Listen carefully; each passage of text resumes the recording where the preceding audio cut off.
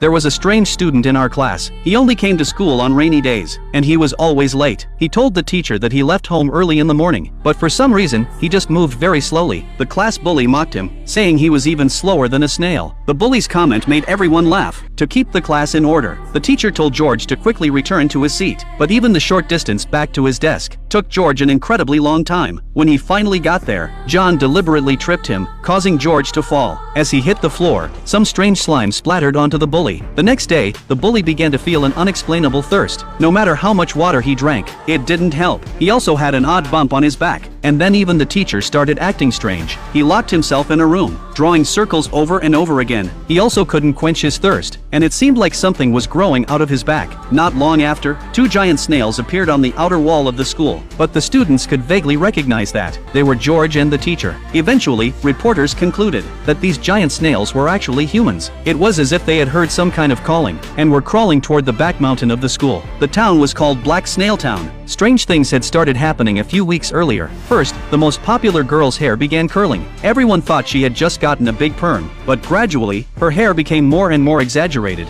even floating up into the sky. It drained all the nutrients from her body and grew into a giant spiral-shaped tree.